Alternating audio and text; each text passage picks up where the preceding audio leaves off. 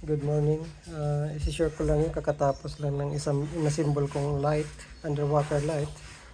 So ito, may remote control na to, tapos itong plastic na to, gawa to ng acrylic, acrylic PVC to. Itong mga ano na to. At itong sa ilaw, acrylic na to. Tapos sealant na rin ang ginamit ko. Ayan, sealant. Tapos meron na rin siyang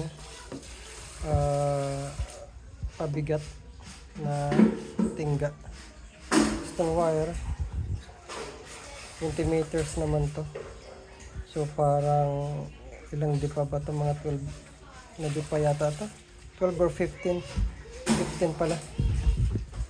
So yan, 15 na dipa na wire, so perfect siya para sa pambulinaw. Tapos ito rin, ito yung remote control. So ito yung ano niya, ito yung pag pinailaw mo, ito na yan, ayan, ganyan na siya. So itong ilaw na to, meron siyang 100%. Pwede mo rin ito kung ano, diman, pwede mo 100% yan, yan yung 100% 50, tapos 25, tapos kung gusto niyo pang hinaan, mahinaan niyo pa po yan. Ayan o. Yan yung pinakamahinang ilaw niya. Tapos pwede nyo pa rin ibalik. Pwede nyo i-bright ulit sa 25%, 50, 100. Tapos pwede mo rin siyang gagawing blinker. So kung gawin mong blinker, ganito ang mayayari yan. Kung ayaw mo naman sa ganyang klaseng blinker, mahina yung ano natin, yung video. So kung ayaw ng ganyang blinker, pwede mo i-change lang. Ito lang din. Ayan. Or kaya kung gusto mo pang ibang klaseng blinker, yan. At meron pang iba. Yan. Kung gusto mong ganyang blinker, yan. Pero kung gusto mo hinaang speed niya sa ano, sa blinker, pwede hinaan. Ayan. Pwede mong bagalan. Tapos pwede mong ibalik.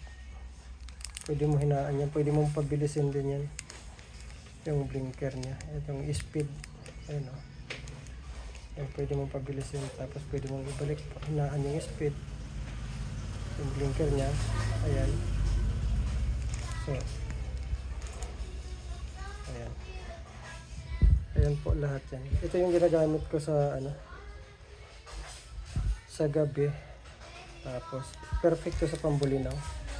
Ayan. So, maliwanag ho ito kasi maaraw lang kasi sa ngayon. So, kakatapos ko lang yan, yung isa pa na gagawin ko pang ano. Kasi ito rin yung wire na to. Marami naman tong ano, may mabibili to online. Pero itong kwantong remote, sinild ko na rin. Sinild ko na rin para hindi siya mabasa. Pati ito nakasild na rin ito. So, para hindi na rin siya mababasa. So, perfect talaga to sa night fishing. So, yan. So, yan yung ano niya.